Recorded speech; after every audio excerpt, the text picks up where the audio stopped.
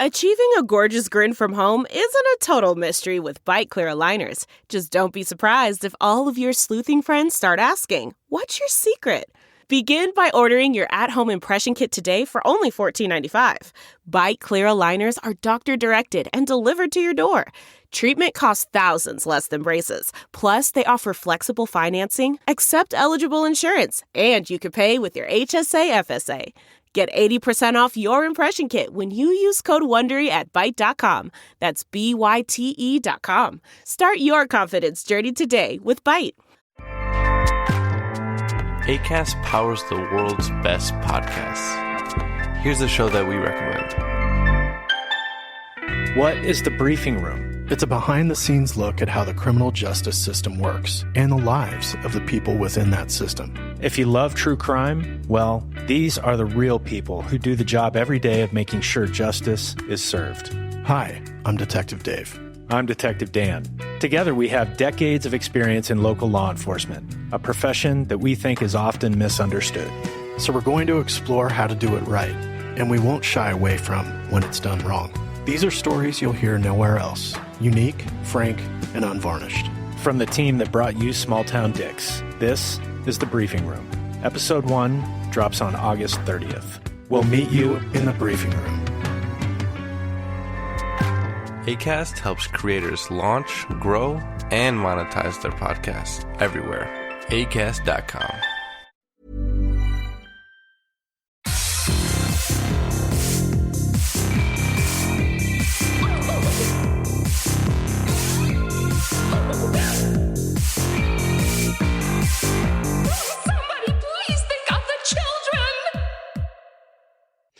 And welcome back to Scarred for Life, the podcast where we open up old wounds by looking back at the films that scared us as kids. I'm Terry. And I'm Mary Beth. And each episode, our special guest brings with them a movie that traumatized them as a child. This week, our guest is Dr. Heather Petrocelli. She's a leading expert in queer spectatorship of film. She is the person behind Queer for Fear, a massive research project into the LGBTQ+ community and their relationship to horror, and the author of the forthcoming book, Queer for Fear, Horror Film, and the Queer Spectator. Welcome to the show! Yay! Very excited to be here. Thank you. Really excited to have you here. I remember seeing when your survey, and we'll talk about this a little bit later, but I remember seeing when your survey came out, and I was like, I gotta remember to get you on the podcast. So I'm glad that this is all happening finally. But take us back to the beginning. How did you get introduced to horror? I'm sure this is I don't know how long you've been doing this podcast. I know that there were maybe hundreds of episodes. Is that possible? Yeah. Yeah.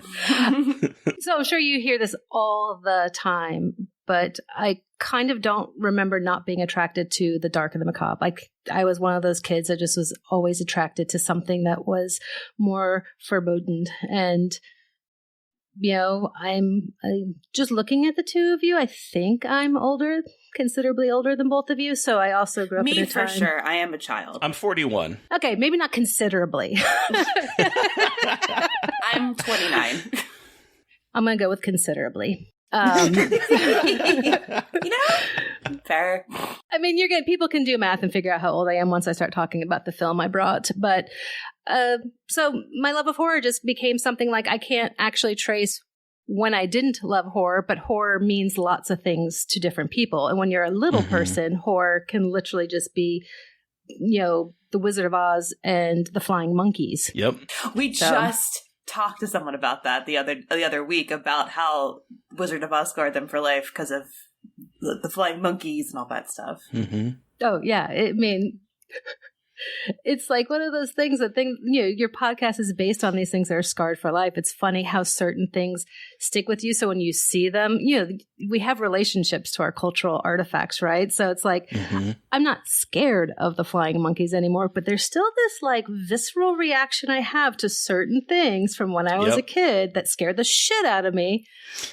So yeah, that's kind of like how I started. My gateway was probably The Wizard of Oz, and then things like Scooby-Doo just kind of kept them going, and it never stopped. To the point where I decided to go to school to study horror. Hell yes. Do you remember, Wizard of Oz, it sounds like was your gateway, but do you remember, would you consider that your first horror movie experience? I guess in retrospect, like assigning that, like looking back at what kind of was the first real thing that attracted me, because I was so little. I mean, I was probably still crapping my pants, like I saw as a little kid, because it was on TV all the time. Yeah. But as far as like the first horror movie I saw where I knew I was watching a horror movie, it was Night of the Living Dead.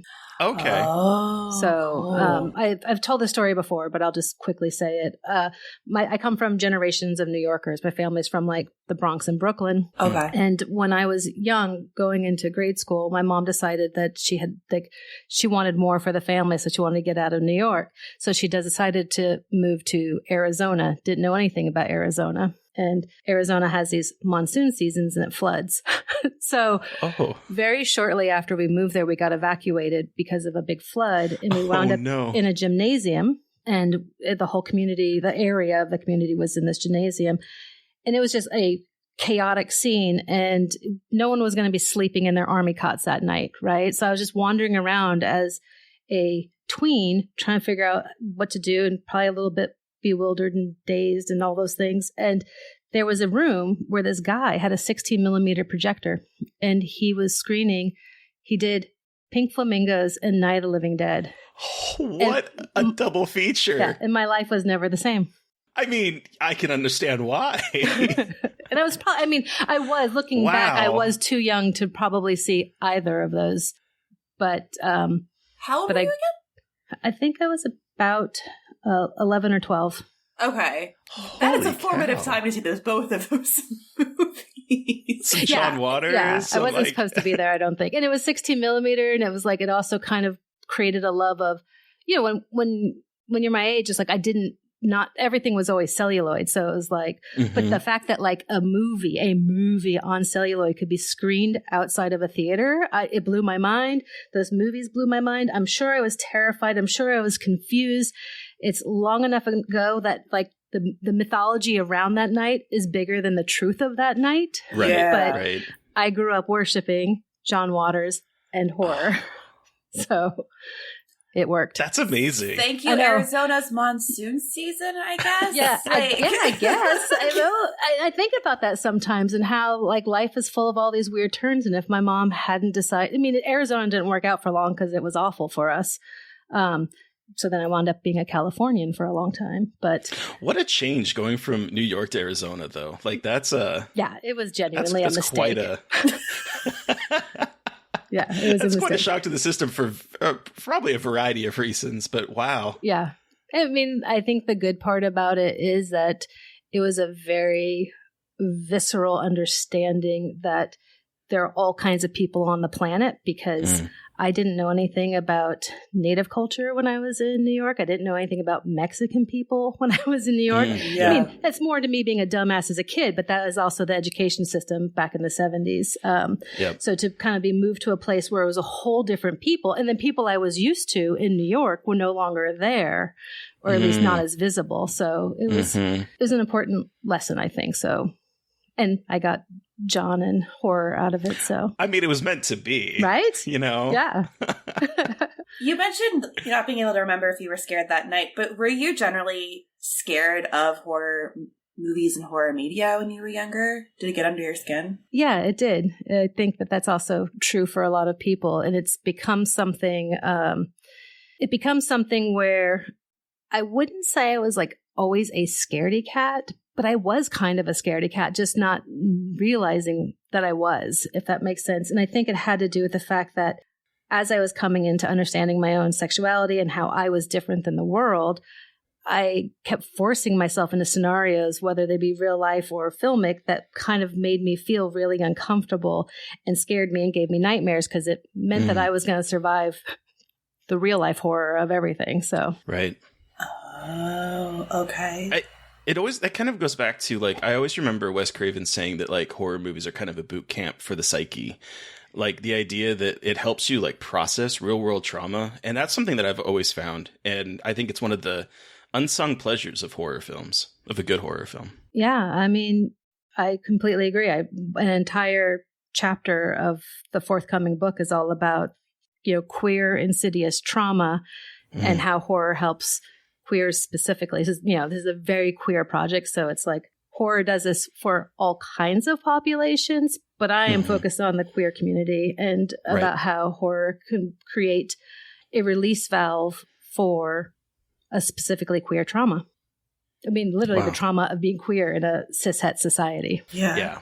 So I'm curious because I guess, I mean, the answer could be as easy as you saw Pink Flamingos, but do you remember the first time that you saw like queer representation in cinema? Well, actually, it would be a spoiler for the movie I picked. Okay. All right. Yep. All right. But it was one of the first, it was one of the first, it's the dyke word. It was the first time I heard the word dyke. And when I saw this movie, it was right as I was 100% like really understanding, oh my God, I'm one of those. So, okay. But I think that, you know, we talk about gaydar, at least we used to always talk about gaydar, but I think when you're young and you feel out of step with much of the world, you're drawn to certain things. So like just weird things. Like I've always loved Paul Lynde. I was always attracted to, like, not like physically attracted, but I always attracted to the personality of Paul Lynde, or I was obsessed with Endora. You know, so all of a sudden when you grow up and you realize that these people who you were obsessed with, who you had no idea that they were actually gay, were gay, you're like, holy crap. Like, what is this? So I'm trying to think of other early, I'm trying to get like the first real queer. Honestly, I think the film I picked was the first time I was like, I saw, like, because I was around 12 or 13 when I saw the movie the first time. Well, we'll get to that. Yeah. So do you still get scared now when you watch a horror movie, or have you kind of become more desensitized to horror films? I think sadly I'm a little bit desensitized, but the whole premise of horror is that, you know, when horror is effective, horror is affective, right? So I'm not like, my physiological response is like I get startled at jump scares, but I also find most jump scares really cheap and stupid. I'm not like, that's not my kind of horror. I'm always intrigued. Like I know, let's see, I'm trying to give the last big, you know, on Instagram, all of a sudden you go on Instagram, and then everyone's talking about one thing. You're like, well, shit, I need to hurry up and pay attention to this. And I think the last time that happened was The Sadness from, and I was so excited to be like totally grossed out or whatever, to feel particular feelings. And I watched it and I was like, I mean, interesting. Oh, tell me more. Wow. You tell me. Well, I mean, there's some fucked up scenes. Don't get me wrong. Yeah. I'm not like a monster, guys. That was nothing. No, that movie really like affected me on a visceral level. Yeah. Just like particularly the way it ends, where it just, I mean, spoiler alert, you can skip ahead, listeners, if you haven't seen it, but like just the idea that we've been following this guy along, you know, trying to reach his love, and by the end of it, he's no better nor worse than the people he tried to save earlier. Like the idea that deep down inside, he's as evil as the rest of the people out there is like such a heartbreaking thing and like a horrifying thing, on top of like the very visceral. I got queasy at a couple parts of that. I mean, yes.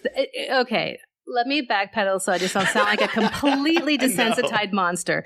But I did. No, I've seen people say that about it. Like, yeah, you know, it's you watch a lot of new French extremity movies, and this is not doesn't hold a candle to it. So I get it. I don't think that. Yeah, I think the thing I will say, my partner, when we got together, she was like, I don't really like horror, and I was like, yes, you do. Everyone does. It's just we have different labels, and there's like a zillion subgenres, and there's all different things. Like there's something. Now I think she actually would say she is a horror fan now. She just realizes that some horror is not for her. It's not for her. I did know that was not going to be for her. So I watched it by myself, and she just happened to walk in at a moment, and she looked at me, she looked at the television, and then she looked at me, and she's like, is that dude like skull fucking her eyeball? And I'm like, yes, don't judge too harshly. Let me get. And she just like shook her head. Like, just kidding. And she just walked away. And I was just like, I am trash. I watch trash. That's what happens to me with my fiance. He's like, what you watching? And I'm like, this movie about a kid who dies or whatever. He's like, sounds about right. And then like walks out of the room. He's just like, and I'm like, Because he also likes horror movies, but I like extreme horror, and he doesn't understand how I can watch extreme horror. But yeah, and I think we all like our stuff. Yeah, it's like I remember, you asked me kind of films that. Well, you didn't ask that really, but like I'm trying to think of like films that really got to me. It's been a really long time. I think I'm kind of broken and dead inside. So the last film this was many, many years ago now, but I didn't know anything about Martyrs. And someone was like, you need to watch this movie. And I was like, yeah, sure. And I put it in, and it was such an experience. And I don't even know what adjectives to use around the experience of Martyrs. Mm-hmm. That when it ended, I felt kind of tingly and numb and shocked. And I couldn't quite figure out what I had just watched, so I turned around and watched it again. Whoa! And I haven't had that in a long time. But there's movies I love. Thought Titan was amazing. Thought X was great. Like there's there's lots of movies I love. I just haven't had that real kind of something that clinches you and you have nightmares all night. I have more nightmares about the real world, which also goes back to the film that we're going to talk about. So wow. I'm just curious, like, what are the last films that really got you to? I mean, for me, like, I always go back to Hereditary. Hereditary, like, really fucked me up. Let's talk about your family dynamics. I know. There's a lot to unpack there. Not for me. You don't want to know. Pack it down. I went and saw Hereditary. And so this is okay, let me back it up. My main argument, if I had one sentence or two sentences about all of my years of research, thinking and talking about horror film and reading about horror film and writing about horror film, is that horror is a queer genre understood queerly by queer audiences. Okay. So that's the thing. But the underlayment of what I kind of really discovered with doing that survey and writing and reading and researching and talking to people is that our love of this genre it's idiosyncratic, right? So you had Hereditary fuck you up. I went and saw it opening night, sold out crowd, and I kept laughing my way through because that's probably how I process my trauma. And so I was just laughing. And this like straight couple next to me just turned to me finally at one point and was like, why are you fucking laughing? This movie is not funny. And I said, it's hilarious to me. She literally just said something about like that fucking face on your fucking face. Like that is high camp and there's no other way. And I basically was like, buddy, it's funny. And then by the time it ended, they were just like, the ending of Hereditary, for some people it falls apart. It's like, I kind of like it because I like ridiculous shit. Yeah. I love it. I love the ending of Hereditary. It's just like, of course, that's the best way to end it. But right? It just like just take something that was been on 11 and just take it to 12. It's just amazing. Like go all the way. So it's just one of those things that's really interesting to me because I actually responded to Hereditary as high camp, even if it wasn't created that way. But in my survey, I asked people what their scariest film was. And I just asked for one film. So I want everyone to choose the one. So it's kind of like your podcast for all these years. I was really shocked that for the younger generation, it's Hereditary. And for the older generation, it's The Exorcist. Which makes sense. I find The Exorcist very funny. See? And The Exorcist traumatized me as a child. So Mary Beth too. It did. I rewatched it the other day, and it wasn't as scary. It was wild. I think 'cause I've talked about it so many times at this point, I'm just like, this is boring, which is terrible. But like, because my fiance had never seen it, so I showed him The Exorcist for the first time, which was cool. He was like, "What's happening?" I'm like, "Oh my god, what an experience!" But the movie for me, like Hereditary, it was Terrified, which is a Argentinian film that one actually made me turn my lights on. But then the one that didn't scare me, but like really got me like trauma-wise is Hypochondriac, which isn't out yet, but like that made me have a panic attack. Mm-hmm. Oh, that sounds like, I mean, is it just about a hypochondriac? Or is it? No, it's like, it's about a queer guy who starts realizing that he has inherited the mental illness from his mother and like what that means. And I am going through something similar as a queer woman, figuring out that she might have inherited the mental illness from her dad. So it's like very similar to stuff I'm going through right now. And it goes to some crazy places, but it scared me more like existentially than anything else. But those are the best. Those are the best frights to me, honestly. That like existential dread. I mean, because I was just on another friend's podcast talking about my love of The Return of the Living Dead. Oh, such a good movie. It's such a good movie. And I love that movie. We were talking about my relationship to comedy and horror because I do really love like horror comedies. Okay. And I said, but when I was a kid, it was one of those movies where I saw it in the movie theater. I snuck into it. It was in a mall, very 80s. Love it. And I laughed, but it still scared the shit out of me when I was a teenager. And what it tapped into was that existential anxiety that I live in a constant state. Like, and that's never gone away. It's just part of who I am, a giant mess of existential anxiety. So those like for you to give those reviews, I'm like, well, I gotta like make sure I see Terrified from Argentina, and I gotta make sure Terrified I see. is really good. I mean, it's there's a lot of kind of dread, like it builds to jump scares, and there's a lot of like surprising imagery in it. But it's a movie that got under my skin too. I saw it in the movie theater and at a festival, and was like just shell shocked when I left. It has a lot of really. Yeah, please do. I will. Yeah, and Hypochondriac comes out in August on VOD, okay. And it's just like it's just very queer too. So I feel like you have to watch it because of your research. Yes. And actually, speaking of research, yeah, can you tell us more about your research, like the survey that the survey that you've worked on, and kind of what that research work entails? Yeah, yes. The answer is yes, I can. But will you? I will. I will not. I'm just kind of rambling. Yes. So about the research, the way it all came about is we've kind of talked about it. I have been a lifelong horror fan. I love horror. But when I was a kid, number one, girls weren't supposed to be in horror. It was the domain of young, kind of just like white straight boys. Yep. And when I got old enough to be like, I'm going to go be a horror fan legitimately, the first thing I did was I went to a Fangoria Weekend of Horrors in the 80s, and it was atrocious. It was one of the most unwelcoming spaces I had ever been in.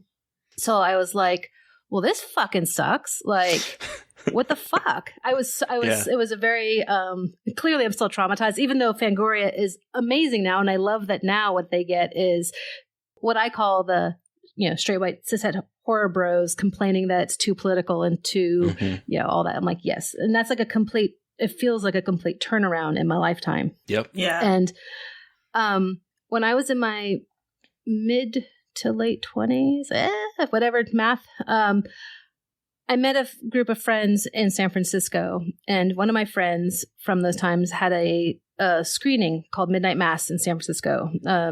He had a drag queen persona called Peaches Christ. I was going to say, so you said Midnight Mass in San Francisco. I was like, is that Peaches? Yeah. So I used to work for Joshua at a movie theater, and at that movie theater, Joshua was always very, we connected because we both had a lifelong love of John Waters and horror, became really good friends. And Joshua is, I feel like kind of a generation below John, maybe 2 generations below John, but like had that same, I'm going to build a community of crazy queers and do crazy things. And so Midnight Mass was the first time I got to be in sold out audiences with majority queer people watching cult and horror films. And it was like, it was a life affirming moment. It was I had never experienced that. I had never understood that the way I understood horror and the way I connected to it was actually about something beyond just who I am as a human, all of my weird little personal proclivities and, idiosyncratic aspects of who I am. Mm-hmm. And I basically have been a junkie for wanting to see horror around queer people, but it feels rare. It feels rare to be able to gather in those spaces. So fast forward, 20 years. And in 2016, I was one of those people who was just dumb enough to really think that the orange anus, like that was never going to happen. Like he was never going to win the presidency. So it was a dark time. My brother had just died. Everything was like traumatic and sad. And I was like, this is awful. And I thought, why not go back to school? Like, why not? Let's add to this. But the thing was, I wanted to, my partner's very supportive. I was like, you should do something with horror. It's like, this is your thing. And so I wanted to be able to see if I could ever quantify through basically quantitative and qualitative data that there is a distinct relationship that queer people have with the horror genre.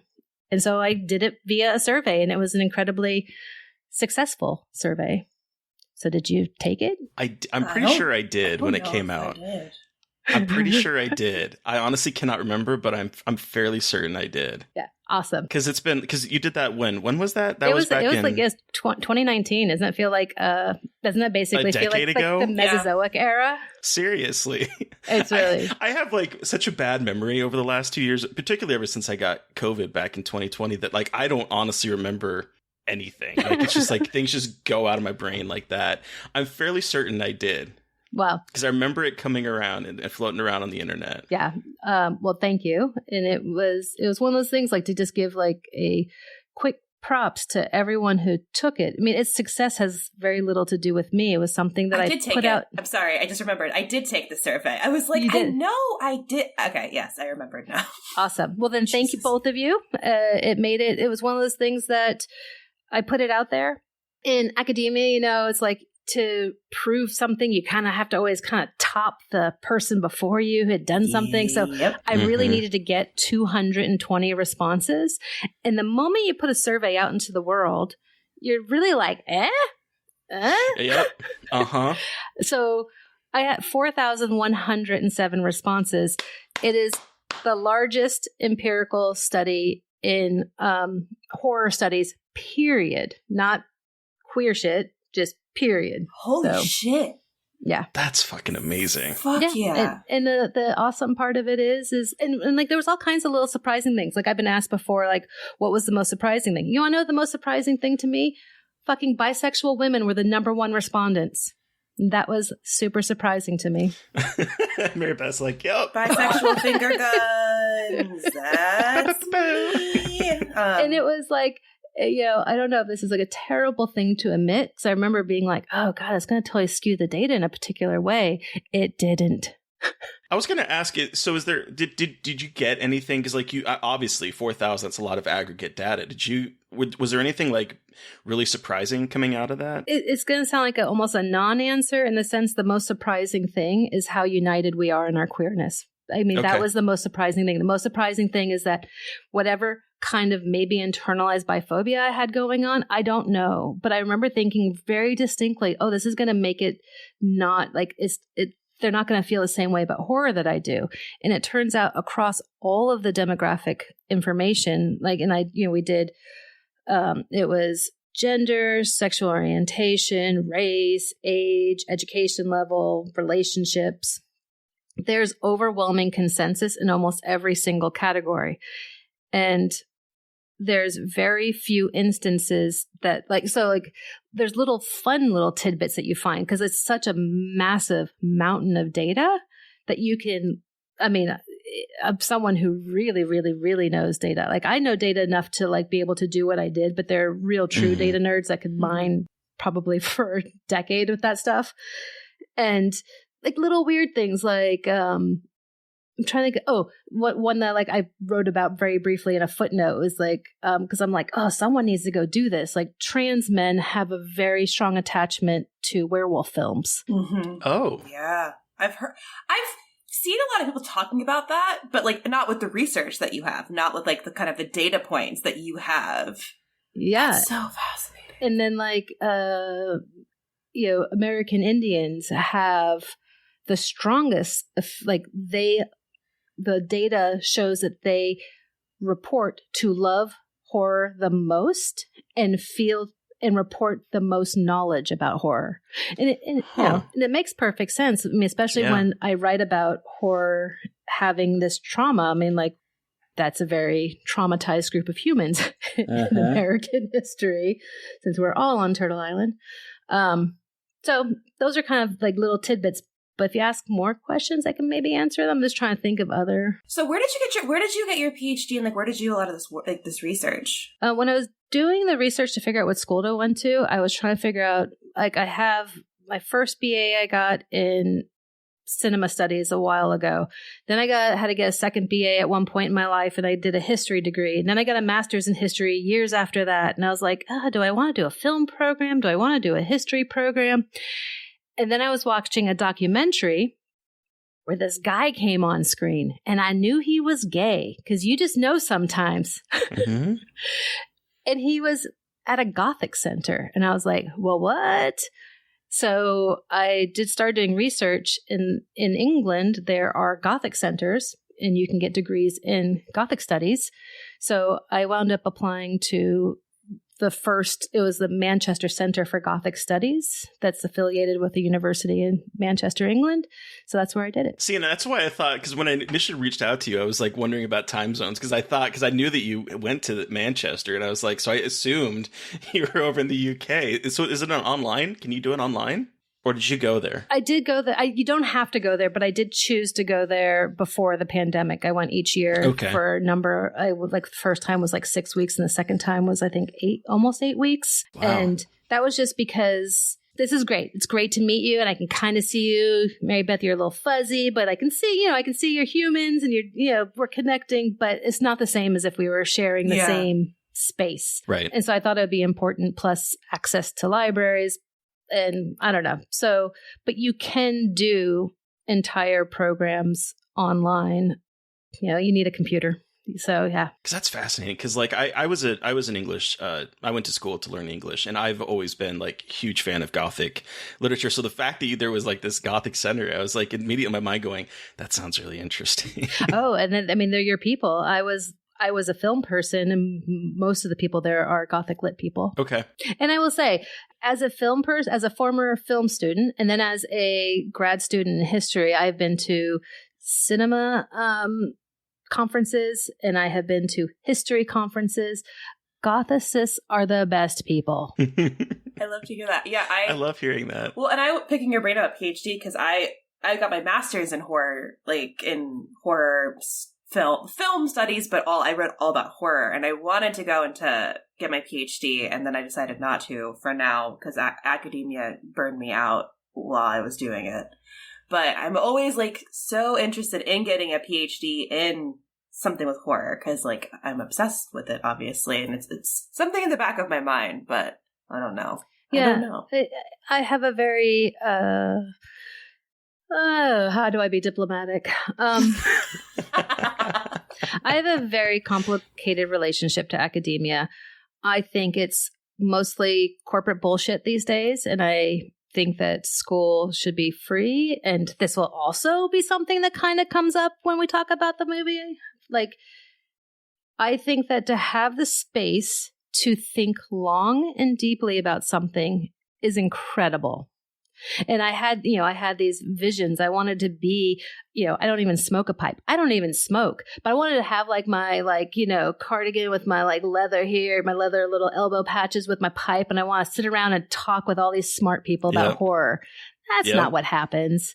You wind up jumping a bunch of fucking bureaucratic hoops. The people, I will do a plug for the Manchester Center for Gothic Studies in the sense that the humans I worked with who work at that institution, they are not the problem. The problem is the administrative side. Yep. And I think I've been, everything before going there, all my experiences in higher education were in the US. The neoliberal capitalism is infected everything, and higher education has got problems across the board, at a global scale. But I did find my experiences in England a little less troublesome than some of my last experiences in the US. And that's mainly probably because I think the US just cost so much more. So when people ask advice, I'm always like, don't pay for your degrees, find someone who will fund your degrees. Because, the number of kids I know who have anywhere between $150,000 and $300,000 in student loan debt. Like, oh shit, really? Not that high, but for my master's, it was high. It's just because I went to like University of Chicago, and it was like really cool to have it on your resume. And then I was like, but they don't give a lot of funding. Yeah. Of course. So, which that's by design. Oh, yeah. Oh, yeah. Oh, yeah. Can I ask what you wrote about? Yeah, I wrote about Coralie Farge's Revenge and the importance of women-directed rape revenge films and how she subverts the concept of the male gaze and kind of creates a new kind of gaze in the rape revenge space that is really important in terms of how we process trauma through horror. Awesome. Well, I mean, just going back to you asked about the data. So there was overwhelming consensus on the positive end and on the negative end, in the sense of, when I say consensus, like the majority of the respondents answered one way or another way. And I asked questions about favorite subgenres of horror. Rape revenge had a consensus in being like kind of like the least loved, but I also allowed people to write. But I also allowed people to write in qualitative answers to certain things, and I did a bunch of oral history work. And the thing I learned when I was writing about my trauma thing was exactly what you wrote about, is that for some people, especially if they've had sexual violence and trauma in their life, they do not want to go down that road. But for some people, it's necessary for them to go down that road to, So I think that's awesome. I'm a sexual assault survivor, and it's been really helpful. But I also very much understand that I'm in the minority of that. But I also think that more people are talking about that more now, especially because I think rape revenge movies are turning from complete exploitation and woman with gun goes crazy, and they're much more nuanced and introspective about that, and more about PTSD and that kind of stuff. So I think it's just an interesting shift I've seen recently with the number of not men behind the camera when it comes to telling those stories. Yes. Really cool. The number of quotes I had about, I even wrote about this a little bit, where it's just this, I believe, how do I even say this the right way?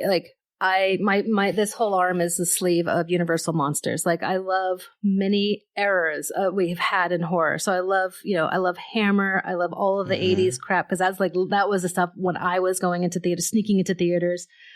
But this era of horror, maybe what we call it, maybe the last decade, and where you can see we're going as I think that we are living in the true golden age of horror. I think it hasn't happened, and I'm really excited. And I just want to read your work, and I wish I had read it before I finished my book. I can send it to you if you want to read it. Yeah, I'd love to, especially because I wrote all about trauma. What I did was I took it, and I didn't want to always just stay in the dark, because I think that there's a joyousness to queerness. So I took trauma, and then I basically ended the chapter all about camp, because I have a high love of camp, and I do think trauma and camp are related. Oh, yeah. Which, back to Hereditary. Yeah. Okay, so you've mentioned your book a couple times, and I do, before we do move on to talk about the movie, I just want to ask, so I'm guessing that the book kind of stemmed from your survey and your dissertation work, right? Yes. How's the book writing coming? Is there a release plan? Well, yeah. So what the book is so here's another pitch for if you want to do your PhD, just don't pay a whole lot of money for it. Basically, the way you can write dissertations these days is that you can essentially write a book. You have to do some kind of hoops and jumps, and jump through these hoops to pass what you need to pass and get all the approvals. But then you kind of take out some of the signposting, and then you kind of have a book. So the book really is a truncated version of the dissertation. So the dissertation was 142,000 words. The book is 100,000 words. Wow. But killing 42,000 word babies was very painful. Yeah, I cannot even imagine. So I'm at the stage where I just finished all of my word murder, and it's due to the publisher in a week. Oh my God. Yeah. That's so exciting.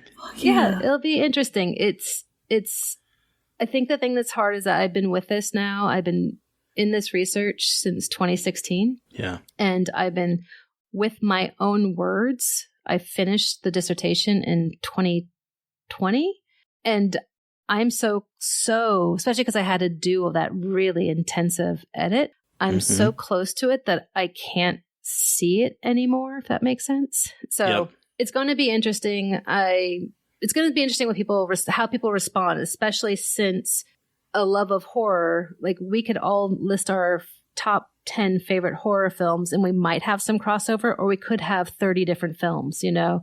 Yeah. It's a very subjective love, but I still argue that it is anchored in a sameness that feels shared and joyous and campy and trauma-y and all of it. So, and for the release, I kept telling him, I'm like, now's the moment, get this book out. Especially since I had a little behind the scenes drama-rama, because my project was always Queer for Fear, starting right at the very beginning in 2016. I even wrote my proposal that way.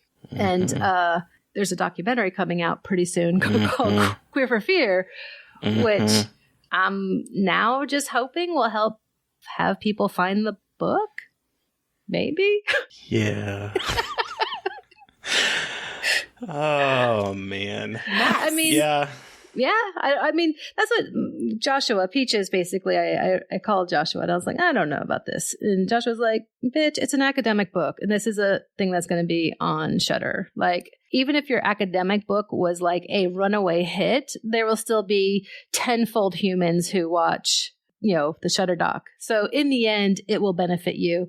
And I'm like, only if it's good. Yeah. That's the problem. Yeah. I mean, I've been very public. I really hope it's amazing. I want nothing for it to be Absolutely. amazing. Oh yeah. That's what I will say. And as for the release date, I don't have it, but trust me, I will be shouting it from the rooftop, because I definitely 4,107 humans took time out of their lives to very honestly and earnestly answer 66 questions. And some of those questions had 24 parts to them. So I think it was actually like 144 questions. And I'll just say I'm one of those humans that just thinks queers are better. And just going to be real about it. Mm-hmm. And I felt like reading through all of the responses and the intelligence and the vulnerability and the honesty and some of the sass, like it was a very life-affirming moment of, and I'm very, very touched by all 4,107 people who helped create something. Like, I feel like I am the person who had to do kind of like the slightly painful work of coalescing a bunch of stuff, but it's the community that really did the work that makes any sense. Yeah. I believe in horror-loving queers. Hell yeah. We do too. We're the best. We're the best. I mean, we really are. It's true.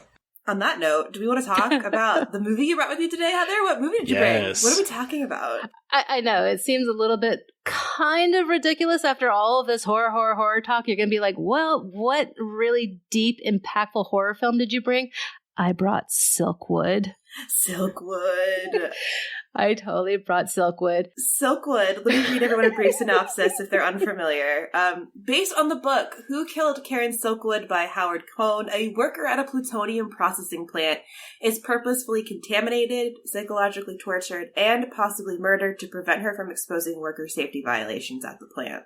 Wait, is that real? Dude, like, my work is done. I thought I was going to have to convince everybody that this was a horror movie, but... No, that's from IMDb. Minus the beginning part about based on the book. I threw that in there. The rest of it, that is straight off of IMDb. Yeah. Okay. Let's go. This is a horror movie. Like, it's an unconventional choice. We love unconventional choices on here, let me tell you. But no, this is absolutely a horror movie. So... take us back to when you first saw this. How old were you? How did you see it? Give us your horror story. I love this. Oh, unpack your trauma. Yes. Okay. So we're just going to get real about this because that's what we do. I was a kid who had some acting out issues when I was a teen. I was a little bit mouthy. I think it was right when I was understanding I was gay and really understanding, like, oh my God, like, what? You know, this was the early 80s. I didn't know gay people. Whatever. So I got sent away for a while. But where I got sent, they had cable, and I grew up really poor. So cable felt like, oh yeah, And for some reason, I'm assuming when I was a kid, I only have memories of HBO and Skinamax. So I'm assuming it would have been HBO then, but it was like, I didn't go to the movie theaters to see Silkwood. I was like, 12 years old, but I saw it on cable over and over because that's what cable allows. And it fucked with me. It was like the layers of trauma in that film. And I haven't seen Silkwood since I was a little kid, since I was a teenager. But you guys made me rewatch it. Sure did. And I cried like a baby. And all of my trauma is all there still because all of the layers of trauma that the film, like kind of the way the film hooked into me and made me like, I guess the easiest way of saying it is that Silkwood, when I was 12, destroyed my psychological sense of safety. Wow. Okay. That's an existential one right there. Ruin you at 12. It totally destroyed me. And then I guess, I was a weird kid too, because like I was like living in a place where I wasn't with my mom and my brother. I got sent somewhere else. And it wasn't where I lived and everything. And I was like, I decided I was going to reinvent myself as like a bad girl. Which, that like was like, I'm going to start fires. I'm going to start fires. That's literally my casual arson. Fires. Totally. I love that. And it's one of those, and I remember like writing on my notebook, like, I heart Meryl, I heart Cher. Like, so we can get into it, but like, that's how I first saw it. I first saw it as a kid over and over again when I got sent away to live somewhere for a short while. And then I did not revisit it once in my adult, like I just never revisited it, but it always stood, like I knew the film in my head because I had seen it so many times. And I will say, revisiting it, like, because even when I picked it, I was like, okay, is this going to be something you put on? You're like, dear Lord, how am I going to convince these two humans? And then by the end of the film, I was like, I don't think I have anything to worry about. You don't, but so you said that there's like a lot of layers of trauma in here. So let's peel back those layers. What?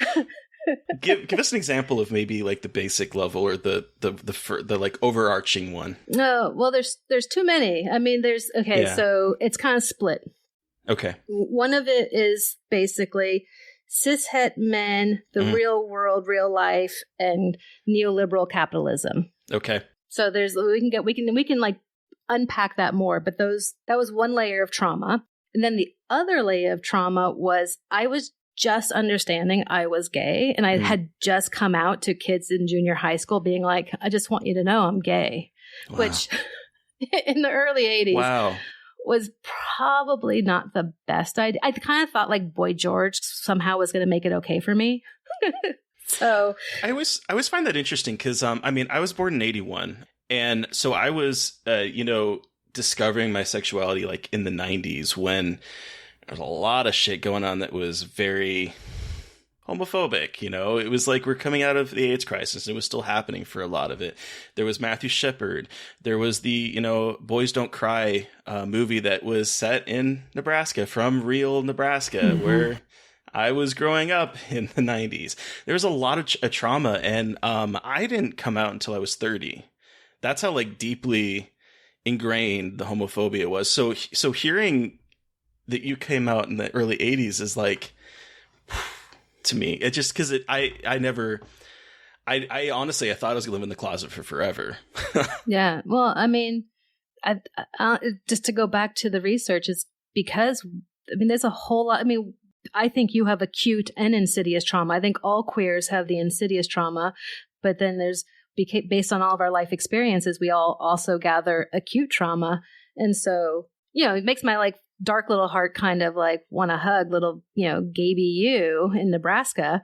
I don't know why. I look back at my own life and I'm like, what the fuck was I thinking? Like, why did I do that? Why did I verbalize it? Because it didn't make life easy. I still have one of my junior high school yearbooks, and I don't get rid of it just because multiple kids wrote in the yearbook kind of like, I guess you're okay. You kind of make us laugh, but like, why do you keep telling everyone you're gay? And I'm like, 'cause I'm gay. So Silkwood, going back to Silkwood, the other layer of trauma was that,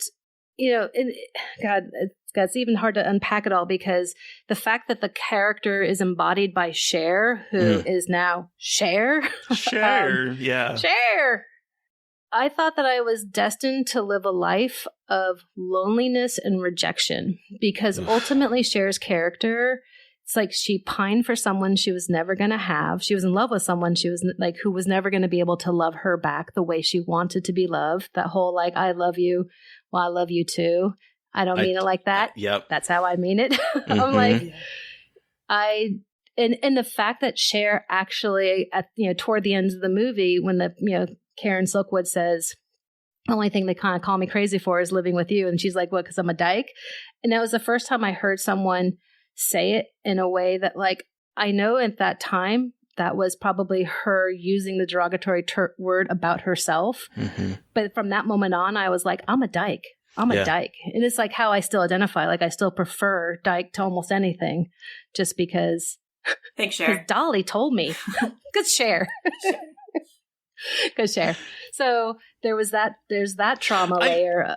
I love that because, there's the word queer, for instance. I love the word queer. Me too. But, a lot of people have a lot of trauma associated with that word. And so they don't want to be called queer. They want to be called gay or lesbian or whatever the case may be, because that word has been used as a punching bag, and a sledgehammer for most of their lives. But for me, I'm happy that it's being reclaimed. So I find power in reclaiming those words that might have been used offensively as I am queer. What about it? Yeah, I completely agree with you. I mean, of the woman loving women category, I prefer dyke, but overall I prefer queer, because queer to me is, it's a politic. It's a difference. And it's and it's why I was queer for fear. The reason was is that, and I think I wrote this did not make it into the book, but I think it's in the dissertation, which will be the dissertation is just a longer version of the book. And one day it'll be free to everybody, because academic books cost way too much money. Mm-hmm. So there will be an accessibility at one point in time. I just don't know when that is. But I did say I had to write a bunch to say why I was choosing queer, and why queer was perfectly suited for the horror spectator, for the LGBTQIA plus spectator. And I said, absolutely, there are groups that I am calling queer who it could have been the very last fucking word they heard before they were in a hospital, or didn't even make it to a hospital because things were worse. So it is a very charged word, but like you just said, it's that charge that gives it its power to me. And when Cher says it to, when you're 12, you still have this brain that's still growing and trying to figure things out, and you're just not sure. And I was quote unquote, in a, foreign place, because it wasn't my home. It wasn't my safety, even though I didn't have a really safe childhood. And there was just something, the way Cher says it, it totally made me tear up, because there's something that was so poignant and sad. Cher even has the Dolly character even has that relationship, but that relationship is she went back to her husband, and you're you're just destined for this life to never have a person, because the only way you'll ever be accepted is by some weird fluke of something else. And it's not going to last. It'll be completely impermanent. Yeah, I had never, Sorry. I know. I had never seen this before. I knew nothing about this movie until you brought it up. And so when I watched it, and there was the scene early on that you mentioned where she says I love you differently than I love you too. That kind of conversation. I was like, okay, am I seeing something here? I actually went back, because I was like, wait, is this gay? It took me by surprise. So I was like, oh, there's even more going on here besides, the horrendous abuses of workers at the hands of so we can even unpack a little bit even more. So some of the other traumas, and I grew up poor. I was a welfare kid for a really long time until my mom, a single parent mom, figured her way out to become a nurse, and then life changed a little bit. But by the time she really got her shit together, I was out of the house. The depiction of poor in film is so difficult so many times, because it's I find there is a layer of trauma to this depiction in the sense of we are looking at rural poor, and we're looking at a rural poor that is very, very different than the poor I knew. I was very urban poor for a good chunk of my childhood, and urban poor and rural poor are different, and especially because this is going to get into like a lot of politics. So let me see if I can bypass a lot of that stuff. I will just say there's so much kindness in the depiction of Dolly in the sense of like Cher's embodiment of that character. And I don't know who the real Dolly was, other than I do know she was gay. But think about her being gay. Like I think about like queer elders like that, where I'm like, okay, this is like an entire community that is completely being exploited and destroyed by this greedy fucking company all over like a plutonium plant in the 80s, making well over $1 billion a year, and she's proud enough to be out, but also her story is sad, but she's accepted, and she had a different version of chosen family. Like she was in love with Karen, and she clearly loved Drew. Like she loved her little her little family.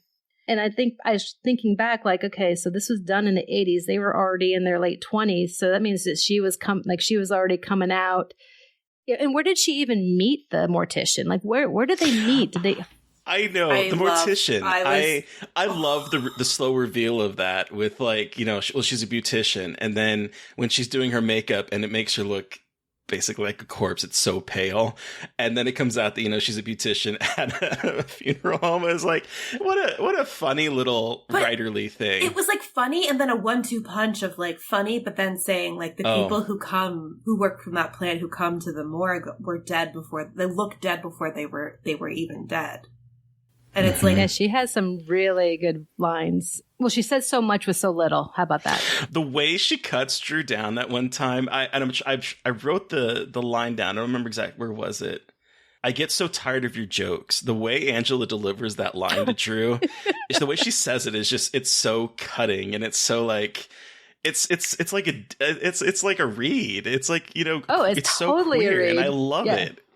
Yeah, I mean, that character is amazing. And it's like, in like little shout out, like little baby, like let's do a quick, like we'll do like a real quick little horror shout out. So I don't know exactly how to pronounce her name, so I apologize for a mispronunciation of her name. But so that's Diana Scarwood, who is the adult Christina in Mommy Dearest. And she was also in, oh God, I'm blanking. Psycho 3, which I kind of love. Shit. Oh. And then you have Fred Ward, Tremors. Fred Ward. Yes. Then you have Craig T. Nelson. Craig T. Nelson. He's a fucking scumbag in this movie. Oh my God. So going back to trauma, so I said cishet white men, real life, and capitalism. Like the cishet white men part. Like also just like these moments where the way he physically tries to trap the women is so upsetting. It's so gross and casual. Because and that's just it. Like you realize, oh, this was like nothing. This was like normal behavior. Well, like Dolly's just starting to empty trash cans, and he pushes his chair back, and like I was like, oh, are they friends? Like I don't know. It gives off this like air of intimacy and comfort with somebody that. Is very like as soon as he does it, you realize like it's a very much one-sided thing he's doing, and he's being predatory, and so like that sets that tone of like nothing here is safe, like in like the literal sense and the emotional sense and the mental sense, like especially for the women, because there's a lot of women in this movie who are working at this plant. Like it's a lot of women and a lot of older men, so it's like it's a part of the like members of a population that you don't like expect to work in a plant like this. And then you have obviously the guys in the suits that are above everybody else who are like watching, observing, telling you what to do, what you can and can't do, etc. And it's just like one of the things, one nuclear anything freaks me out, like nuclear war, nuclear anything is horrifying, but also this sense of like always being watched, like this paranoia in the movie that I didn't really think about until closer to the end, but how like it's got a Big Brother's watching you vibe, but then you get into the kind of conspiracy she's being followed kind of situation too. And it's just terrifying. And it made me think about, I have friends who are union reps for teaching unions and things like that. And like, this is still I don't think he's going to get murdered or psychologically tortured in a shower, but I don't know this. But like, it's wild how this stuff is still, like, union busting is still happening, and how people in unions are, because like the whole time I was watching it, I was thinking about that, and how like we're still trying to fight for basic rights in the workplace, to be treated like human beings and not be completely taken advantage of by our employers. And it's like, I think that so many people on the internet, and it just seems like, I don't know if it's a different generation or just political, whatever, like saying things like, oh, you all are so sensitive and things are so different now. But it's like, no, they're not really, actually. Like, neoliberal capitalism has been a problem for fucking decades, and people are just now more willing to call it out. And obviously this movie tries to call it out, but like, I feel like I had never heard of this movie. And it's Mike Nichols who did The Birdcage. Like, he's not like an unknown director. So it's interesting. But I mean, like, totally. And Who's Afraid of Virginia Woolf, which is like, I think, a queer classic. Yes. Which, you know. The Graduate, Closer, Wolf, like. A Working Girl, Carnal Knowledge. Co-written by Nora Ephron. Which I want to give a props out. Here, I'm going to take you on a quick journey I went on with Nora Ephron. So, This is good. I'm going to sound like such a fucking asshole. Okay. I used to work at a movie theater, and I remember interviewing this guy, and I was like, what's your favorite movie? And he was like, When Harry Met Sally. I'm like, you're not hired. And he was just like, it's a perfect movie. I'm like, oh, no, you are way too straight for me. We are not going to get along. So I'm admitting I was a dick, and it was a long time ago. Recently, someone just made me watch When Harry Met Sally. Here's what I will say. That guy still shouldn't have been hired. We wouldn't have gotten along. But I was paying attention to the dialogue. And what it comes down to is that I'm just old and crabby, and I just don't have a whole lot of time for like cishet nonsense. And When Harry Met Sally just has enough cishet nonsense for me that I'm just like, I can't connect to it. But there was something about that writing that I was like, oh, Nora knew what the fuck she was doing, because they sounded like real conversations. And watching Silkwood, I was like, holy fuck, this, like, films don't feel like this anymore. And I know that like a lot of kids would just be like, it's boring, it's slow, because it's got a lot of nuance, and it's got a lot of layers besides the layers of trauma.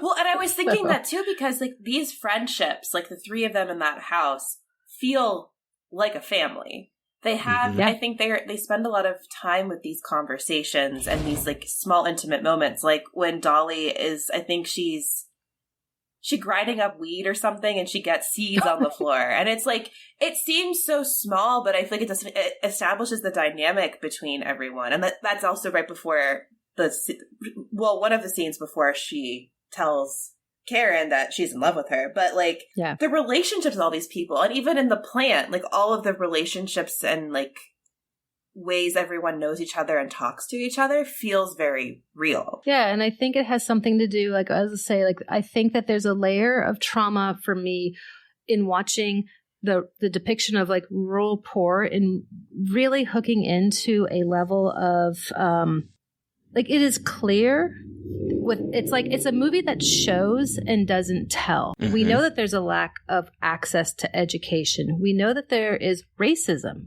Like, there's straight up racism in it. And these are the people that you're kind of rooting for. And it's complicated. And you know that racism actually has to do with the lack of access to education. Also, can we have a moment for everyone fucking smoking 24/7 in that movie? A giant, like the long, slim cigarette just hanging out of Meryl Streep's mouth. And I was like, wow, what a time. What a time to be alive, where everyone just smoked cigarettes, like in meetings on the plutonium plant. Like, totally. They're like, I mean, there was that one moment where Drew, we can have like a shout out for like, you know, Kurt Russell here, because there's also the dude. What a hunk of dude. So hunky. There's that one moment when, you know, she's complaining about being contaminated, and he's just like, yeah, well, maybe you should stop smoking. Yeah, that's what really pulled me into this movie is the moments, the little moments. You mentioned, Mary Beth, the seeds falling on the floor. It's like, if you were to look at this as an efficient screenplay, it's not. But it's because it's not, and it has these little character moments that I think it kind of makes it feel more grounded and real. And I was thinking about this with Meryl because, like, I'll be honest, like, yes, she's a fantastic actress. She absolutely is. But I feel like as she's gotten, like, more into her craft, it becomes more of an actorly type of thing as opposed to more grounded. And I'm watching this and I'm like, this feels so natural. This feels like real people. And I don't feel that with a lot of her performances in the last, decade or so. But here, and I think it's also powered to Nora Ephron's script. I mean, this does have a little bit of melodrama in places that almost verge into camp. I'm going to be perfectly honest. The dialogue is so, it just feels so real. And Meryl just like commands this character so incredibly well. And it brought me back to reminding myself that, you know, she isn't just the Devil Wears Prada or this, like, you know, over the top kind of character, that she can command her craft back in when she's given, I think, a really good script like this. Yeah, I agree. I think that there's so much truth. At some point in time when someone has been spoken about in a way, it's like there's an extra textual layer that they become the thing that they're spoken about. So it kind of removes them from a thing. Whereas this is like, you know, Meryl, Cher, and Kurt at a very, Kurt Russell has, I will forever just love him. Well, many films, but The Thing is the one that's like near and dear in my heart, right? Absolutely. And I'm watching something like this and I'm like, oh, it's really too bad he wasn't given more. Like, he either got to play action hunk or comedy hunk. So, and he has a layer, like when he goes back and he's looking at the house after the house has been stripped because of the purposeful contamination. And he just walks out and his eyes are all filled with tears and he fucking punches Craig T. Nelson. You're just like, dude, I like have a serious crush on you. Like, it's cathartic. And another scene that I really enjoyed was Dolly's coming out moment, where she walks out with Angela and you could tell that this was a surprise to both of them. I don't know how it was not a surprise to Karen, because like, and maybe she's completely oblivious because, you know, we're all queer. We can see that queer longing there, but like, they're just like staring and Kurt is like moving his spatula, trying to like create eggs. And they're just like, okay, well, I'm fine with it. Are you? And she's like, yeah, I'm fine with it. Well, why are we talking about it? And he's like, it's not surprising. She's like, yeah, but why are we talking about it? Like, it's just this little funny moment that it feels very of the time, where it's like, I think back to like, I think it was a Friends episode where they're like, not that or maybe it was Seinfeld. I can't remember. It was one of those two where it's like, not that there's anything wrong with it. Like they keep talking about, was it Seinfeld?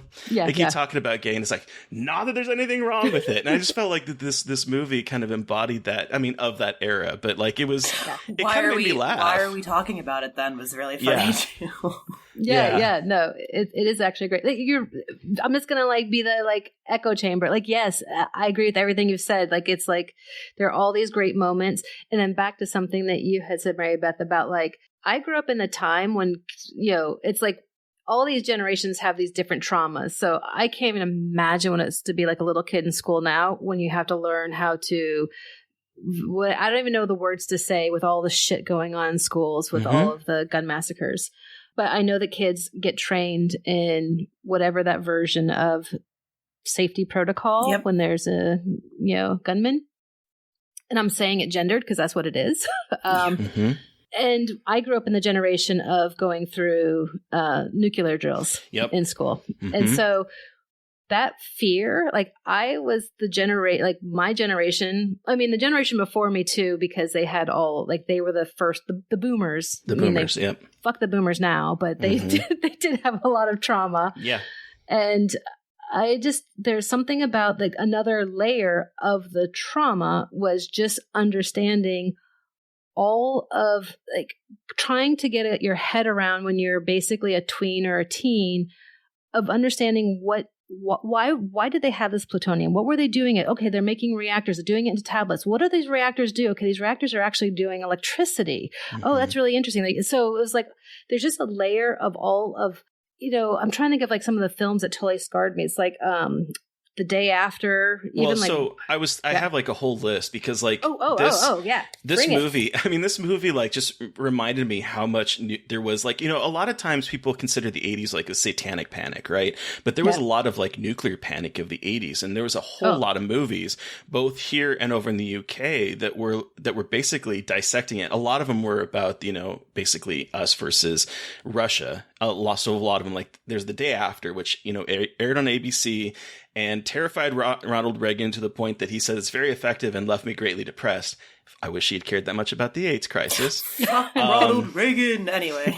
Fuck Ronald Reagan, yes. There's and Nancy. Miracle Mile from '88, Mad Max films, Steel Dawn, War Games, Threads, which is a UK version of The Day After. Oh, that's really dark too. Yeah. Oh, yeah. Testament. We even had Camille Griffin, who is a filmmaker over in the UK. She created a movie called Silent Night last year. She came with When the Wind Blows, which is a cartoon over in the UK about an elderly parent couple going through a bomb dropping in the UK and the aftermath of that. It's horrific. I remember, and I'm sure you probably do too, I remember the main television networks broadcasting emergency test signals for nuclear war in the 80s. There were fallout shelters were a big thing. Yeah.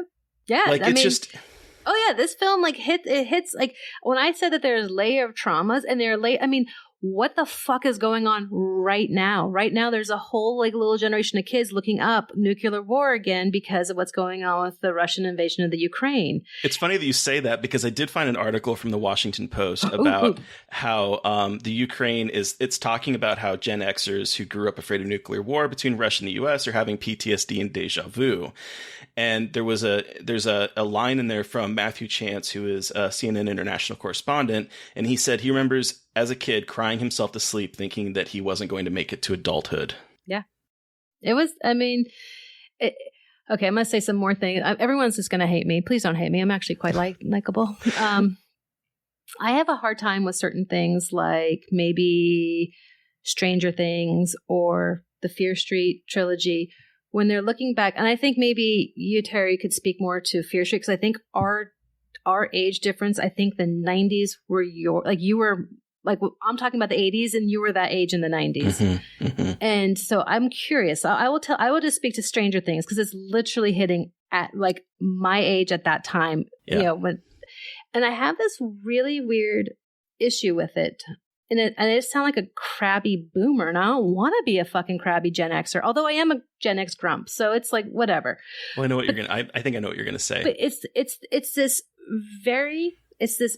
nostalgic look back at a time that makes it kind of neon hued and clean. And when you like, my memories of the 80s are more like the mystery meat sandwich that is in the movie Silkwood. It's like, it was brown, it was kind of dark, it was gray, it was more muted, even though there was lots of color. I mean, there was all the neon stuff and there was all the leg warmers, but it didn't have that sanitized feeling that we now look back at. And I think that there's something just interesting to keep analyzing about the need and the purpose for nostalgia. Because literally we wouldn't have nostalgia is something that's actually almost created. It didn't exist until we had a way of thinking and organizing time differently, probably mainly because of the Industrial Revolution. So I just, listening to you read the thing about people having PTSD for a time when like, I remember, the day after we had to watch it in class. We had to watch it in school. And I was just like, I can't, number one, that would never happen today because kids can't be forced to almost do anything, which is making educating them really, really hard because parents have all these, opinions, rightly and wrongly. So I'm just curious if you feel the same thing when you look at something like the beginning of the first Fear Street trilogy, the first one that's like very 90s. Do you feel that same thing? Where you're like, that's not my memory of the 90s. It's absolutely not my memory. And I remember I reviewed that movie for my site, and I love that movie. I really do. But I was thinking as I was taking notes, I was like, well, this is not the reaction that would happen if someone came out. Like, everyone is too chill about this because, like, we're now that's set in like what was 96, right? And that's set like at the time of Matthew Shepard's death and all that kind of stuff. Like, this is not a good time to be openly queer when you're a kid. Yeah, so I do think that there is a lot of nostalgia for that era. It really like rang to me because I loved all the music choices and like the music drops and everything. It was like, oh, I remember that as a kid. So like it kind of triggered that nostalgia vibe, and I went with it as sort of like the way I kind of approached it was like, this is something I would have loved to have seen when I was that age in the 90s. Like that might have actually helped me understand my sexuality and be a little bit more comfortable, because I never had that in the 90s. I didn't have anything. It was like, I grew up in the 80s. I lived in Alaska, and then I lived in Nebraska. So I lived from like isolated to like deeply conservative area. And it was like, I never saw myself in movies or in literature. The only time I ever saw myself in literature was reading some Stephen King books, where the queerness was always centered around either violence, or they were a bad guy, or it was like there was queer things happening to people, like sodomy and anal sex, but it was bad. It was presented as evil. And so there's like a lot of that kind of trauma. So for me, seeing this movie set in the 90s, I was like, okay, yes, this is rose-colored glasses, but like this is what I would have wanted to see. Absolutely. I will take that and I will extend it and say we could never have seen that because of like, right. We just wanted to see ourselves. Mm-hmm. We just wanted to see ourselves. Right. And it's, I think a lot about it because I do go in for a lot of like, I just feel like the 80s are everywhere right now. And it's really, it's like kind of interesting. And I kind of see it now slowly, like where the 90s are picking up and they'll supplant the 80s as like, I guess it's maybe they have to pay attention to the marketing dollar of as the generations get older. They're like, well, now the Gen Xers are too old to like fall in for giving us all their dollar bills for nostalgia. But there is something also to that sanitize, hitting it beat by beat for like all these things that trigger. Like I will hear songs that I fucking hated when I was a kid in the 80s. And I'll be like, yeah. And I'm like, what the hell is that? And it makes me want to go back to school and study it.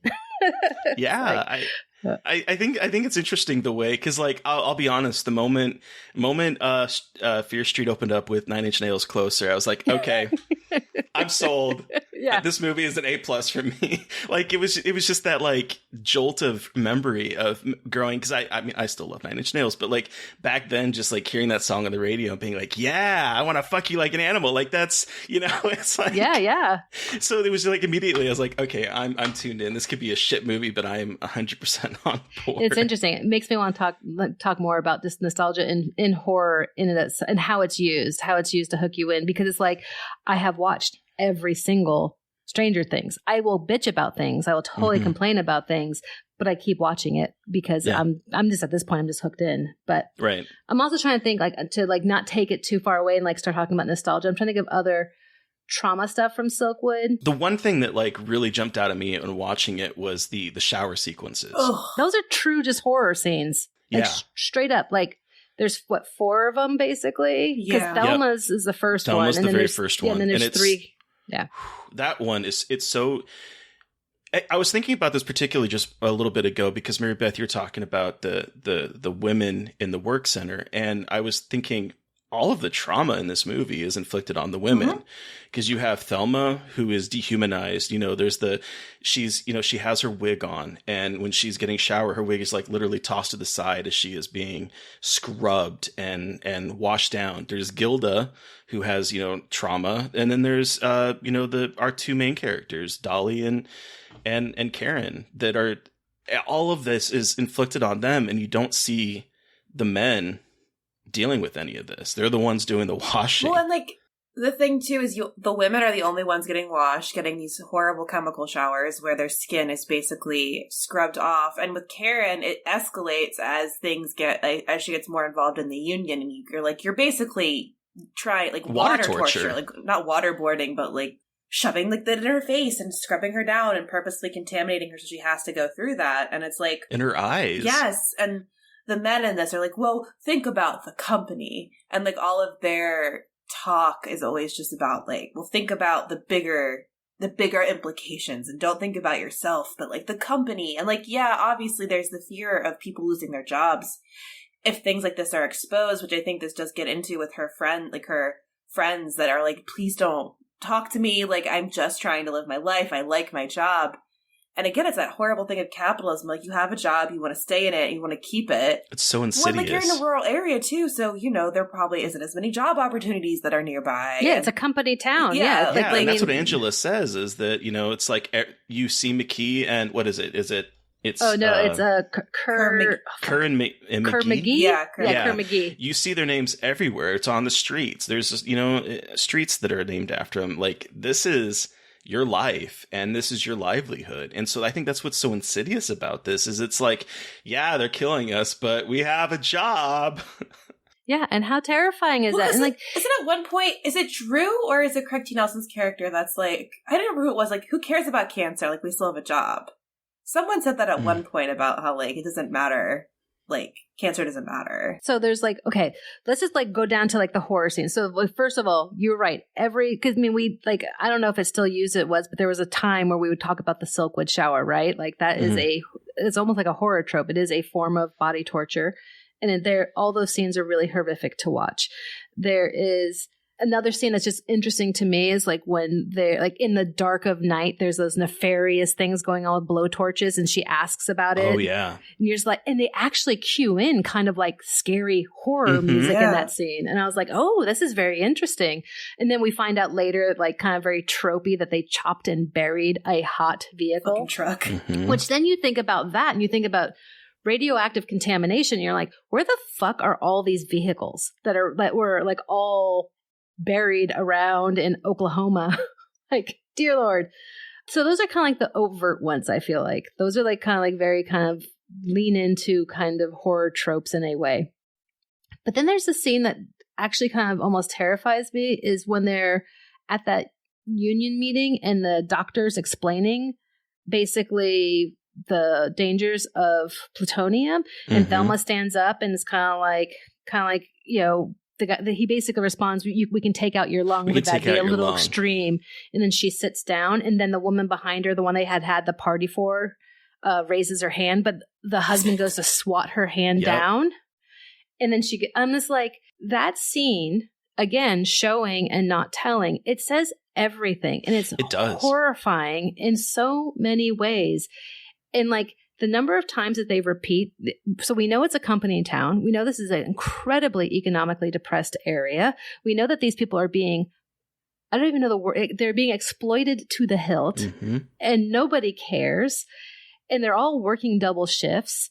And you know that they're still living in basically the working poor. I mean, it's like that. I think that's what's so great about the opening of this movie is that you have that kind of rural house that is often, away from town, where three grown adults who, two of them are dating, but like they're forced to live there because they can't afford anything. And yet you find out that they're working themselves to the bone, where there's the early scene where Karen is trying to find someone to cover for the weekend because she wants to go to her kids and in Texas. And there's like that kind of desperation there where it's like, you're working so hard and you have bought into this idea of capitalism that you don't seem to want to know what it is doing to you, that ignorance is bliss. And I think that's where that's what you're saying in particular about that scene is that he kind of hits her hand down and it's like, he doesn't want to know any of this. He wants to live in that kind of ignorance that maybe bad things are happening, but head down,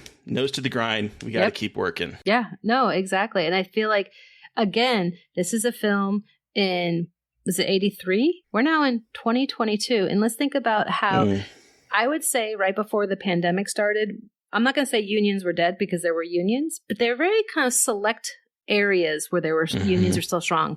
Guess what's having a comeback right now as a whole bunch of people got shat on during a pandemic. And it was, again, this was like, we tend to talk about things in a lot of race-based ways because we live in a country that's founded on racism. But racism at its core is actually a class issue. I mean, we construct all of this stuff, right? So it's like the way that the themes of living in a like plutocracy of Silkwood all those years ago are almost more relevant in our Amazonian life today, where they're trying to union bust. They have had so many exposés on the unsafe and harmful work practices that a racialized workforce is, that's who's enduring the worst of Amazon's employment as an employer.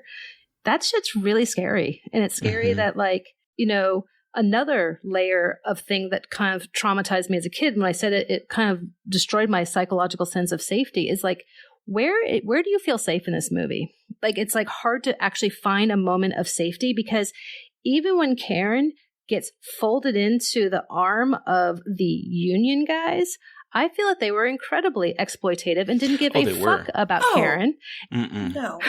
Right? She was a pawn for them, too. It's like she was just like, oh, yeah, she's like the poor girl who can do stuff for us and we don't really care about her. Like, she'll get us the film and like we just need her to name names and get us information. We don't care what that means for your safety.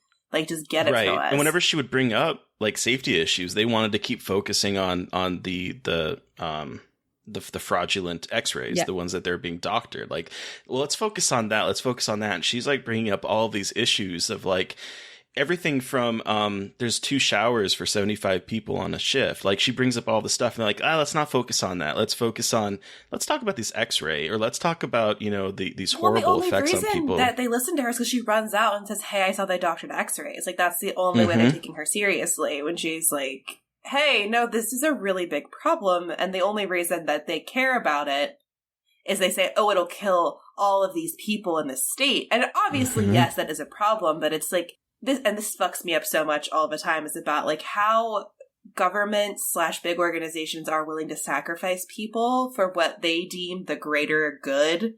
But it really, and they're like, well, we're saving people. It's like, what the fuck kind of rationale is that? Like, these people are human beings that are dying because of your need for money, your need like for power. And it just always makes me so sick. And it's so blatant in this movie. It's just horrifying. Yeah.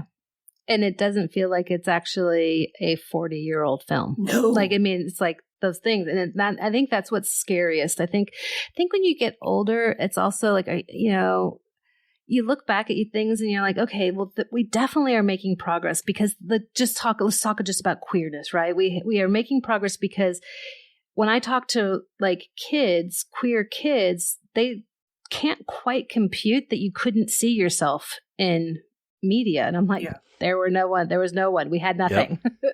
So we are making progress because, we got gay cowboys everywhere now, right?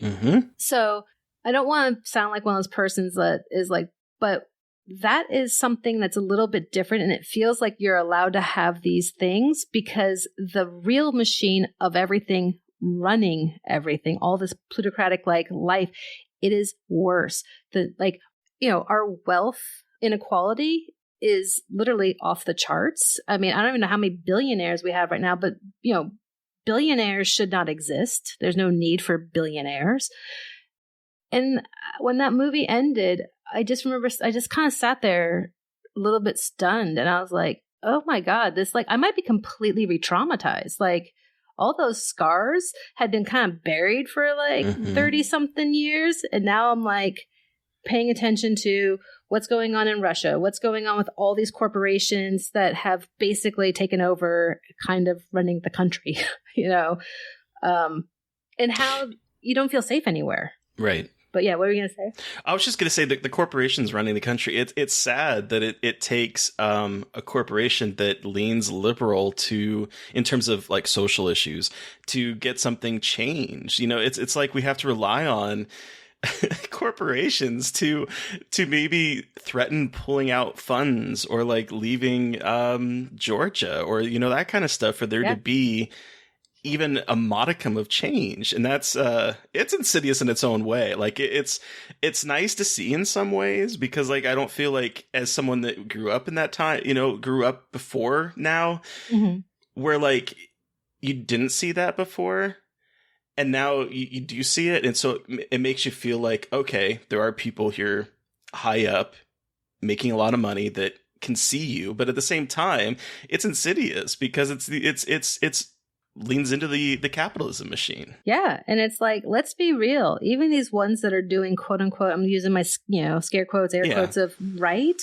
I'm glad that they exist. I'm glad that they're all not all this like McKee Kerr shit or Kerr McGee shit, but they're all still at the bottom, at the base of everything. It's still always going to be profits over people. And that's a hard thing to really kind of digest. And it feels more and more because the gap is growing as I get older instead of closing as I get older. It just feels harrowing. And then on top of that, if you want, like props to all the whistleblowers out there in the world who have ever done anything to try to expose things. I got in a fight with a friend who was like, kind of, how dare that person leak the Supreme Court dockety memo-y thing about Roe v. Wade. And I was like, oh no, fuck yeah. Like, that's a person who, like, dear Lord, thank God for them. They're like, oh, they're just like kind of like threw the whole structure. This is a lawyer friend. They kind of threw the whole structure of the Supreme Court into question, and they're going to like, and I was like, exactly. I'm like, we need that so bad. I am done. And I think about like Chelsea Manning. I just think about people who, we are watching a movie about a real person. We don't know the real person, right? But I think what the movie tries to tell you is that she was no angel, right? She had a lot of crap. She was messy. She was a messy person, but she tried to do the right thing, and she was trying to be the whistleblower. And every layer of human turned on her. She was ostracized by her peers. She got contaminated by her bosses. She lost her love. Even Dolly, who was in love with her, turned on her. And it's just like the strength it takes, and then to have it all be for kind of not. And I mean, she died at 28. I mean, she was killed. Like, I don't know. So I'm just kind of depressed. And thanks, guys. Well, so I did one last thing I did want to bring up is Dolly. I wanted to talk a bit more about the real life person because her name was not Dolly. It was Dusty. Oh. They paid for her likeness. They gave her money for it, and then they changed her name. I don't know why, but her name was Dusty. And after Karen's death, she kind of lived a tumultuous life. So she climbed the exterior wall of the Kerr-McGee plant at one point with a shotgun and was charged with unlawful entry. She was reported in 1980 for being as missing, and people thought she was murdered because she was supposedly writing a tell-all book. It turns out she was in New York City trying to sell with a publisher the tell-all book that never materialized. In 82, she walked into a nursing home in Santa Fe with a shotgun and took 170 people hostage and said she was protesting against the nursing home after learning a resident was being treated poorly and being denied food. Holy shit. Well, you just added layers to my trauma because that really kind of breaks my heart. And it's like one of those stories that I want queers, like I like my queers a little dangerous, but I think that danger is coming at a place of severe trauma. Yeah, because like one of the last big things was that in 95 she was charged with domestic abuse by her girlfriend. Oh shit! So there's but I think you see all of this, and I think I honestly you can see. I think you can draw lines to this trauma that she, suffered that sent her on this idea of trying to carry on maybe Karen's legacy in some way. Because, I mean, it's pretty extreme to walk into a nursing home and take 170 people hostage. But in her mind, she's probably doing it to, like, again, prove a point and save people. So there's like, messy person. Yeah. But I think. I don't know. I honestly, I do kind of think that Cher kind of enveloped that in her character a little bit. Yeah. I mean, honestly, props to all three of them. I mean, I think they all did a great job of making all three. I mean, I loved Drew. He had a Confederate flag. Like, it's, and I'm like, I love you. I'm like, oh no, I'd hate you and you would definitely hate me, but maybe not because you think Dolly's okay. There's nothing wrong with it. Right. Why are we talking about it? Yeah, exactly. So, like, very much an 80s thing of like, Confederate flag doesn't mean that anymore. And it's like, but it does. Oh, no, it's definitely, I mean, because I was trying really hard to think about what I thought the Confederate flag meant as a kid and what I was kind of taught. Because, like, I mean, I got like a shit education. Number one, I was poor. So I was in poor schools, which means you have a shit education. And then it was like, Confederate flag was just the South. They were pro-slavery, right? So even then, it was like, but I think it's a really beautiful way of saying, like, I think it's really important to show that extraordinary things come from ordinary people, and people are messy. Like, Martin Luther King was a messy guy. He had a lot of things that he did not do right, but he did an incredible amount like right and change things. And I think that, I don't know. I do appreciate the messiness. I do feel a little sad to hear. It just sounds like is Dusty still alive? No, I think she passed away in 2012. She passed away in 2012. I mean, I appreciate I did not do any. There was like a documentary I watched somewhere in the 80s or maybe the 90s about Karen Silkwood, just to like kind of like, could they definitively prove she was murdered? The documentary did kind of say she was murdered. All the evidence on the car shows that she was slammed from behind and that kind of stuff. But I didn't know. I didn't know what had happened with anyone else. Yeah, I was looking on Wikipedia and just I find myself falling down rabbit holes all the time whenever I'm doing like research for it. But yeah, no, she passed away in 2012 from cancer. Well, not surprising. It's like, I just have a quick question. Like, did you like the film, each of you? Well, that's a good place for us to our ratings, to get into our wrap up. But before we do that, I think I know the answer. Do you still find this film as deeply traumatizing as when you were a kid? Yes, I feel completely re-traumatized. I feel like, oh my God, what kind of whistleblowing do I have to do? How do I like affect change? But I also don't want to be murdered by a company while I'm trying to like make everything better. I don't know. I feel scared and paralyzed. I'm okay with my queerness though. Hell yeah. That's the important thing. I feel okay in that.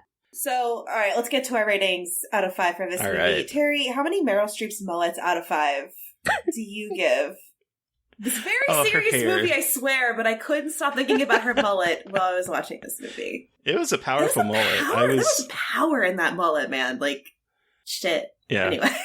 I wasn't sure what to think of it initially. It is as people would probably say, it is a little slower than I was expecting. It's a longer movie, and it was a little slow, but I found myself incredibly enraptured, like we talked about earlier, with the small moments that sort of ended up helping build these characters.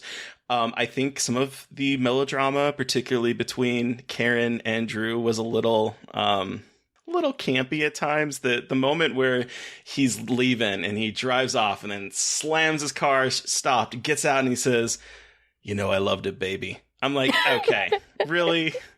What are we doing here? It is such a Kurt Russell moment. Oh, it so is. But I was like, okay, in a movie that has a lot of really great character moments, that was not it, sis. I was like, okay, what are we doing here? So I think there are moments of that like really kind of unfortunately brought me out of the movie. But I was just so taken by Meryl Streep's acting and the dialogue, as we said, that I'm probably gonna give it 4. I'm gonna give it 4 Meryl Streep mullets out of 5 for myself. What about you, Mary So Beth? I initially wanted to give it 3.5, but this conversation has actually made me bump it up to a 4, because I think there really is so much really interesting stuff going on with this movie, especially for that time. I think, one, it's Mike Nichols, and I love the birdcage, this is very much the opposite of the fucking birdcage, but still. But Range. I know, but it's just, what I never knew about this person. I never knew about this woman and what she tried to do for workers' rights. And I always appreciate being able to see how much women and with Dahlia, queer women, are involved in history in a way that you don't see a lot.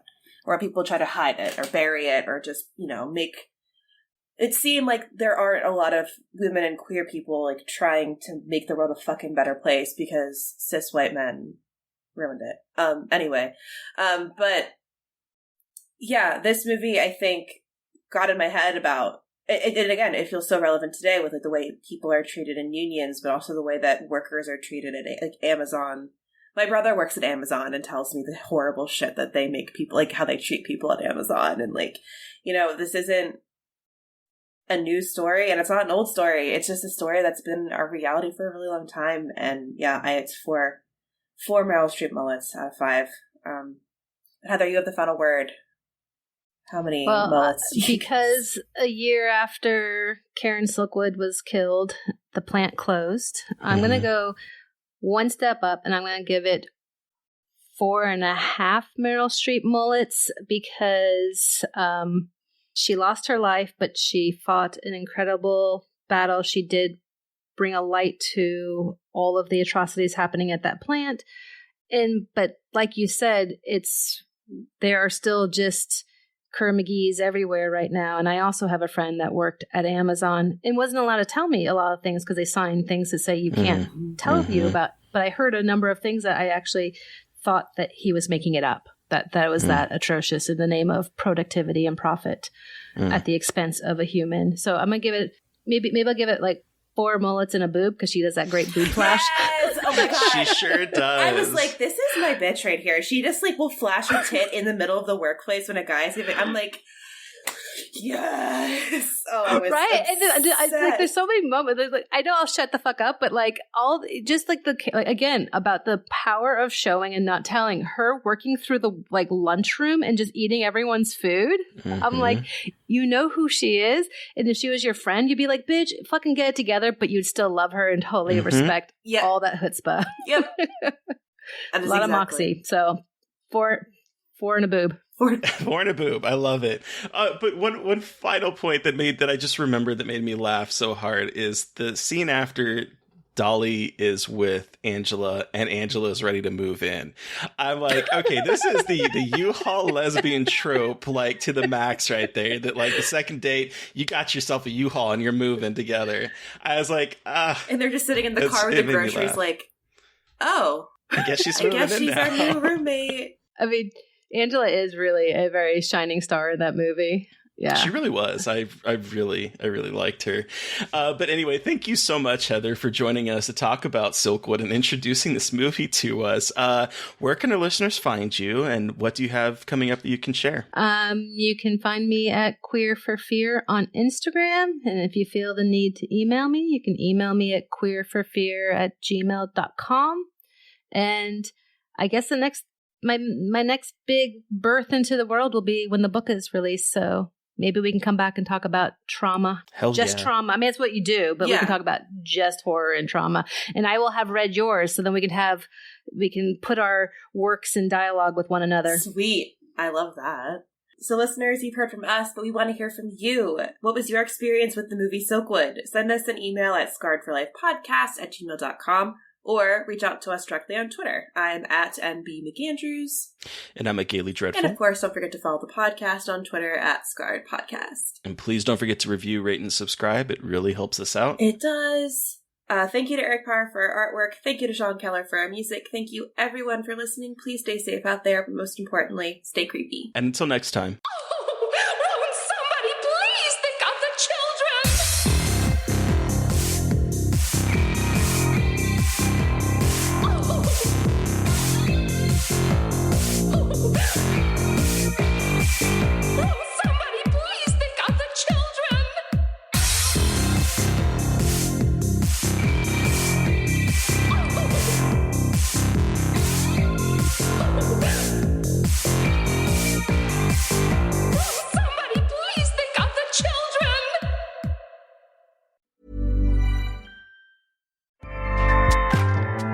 Acast powers the world's best podcasts. Here's a show that we recommend.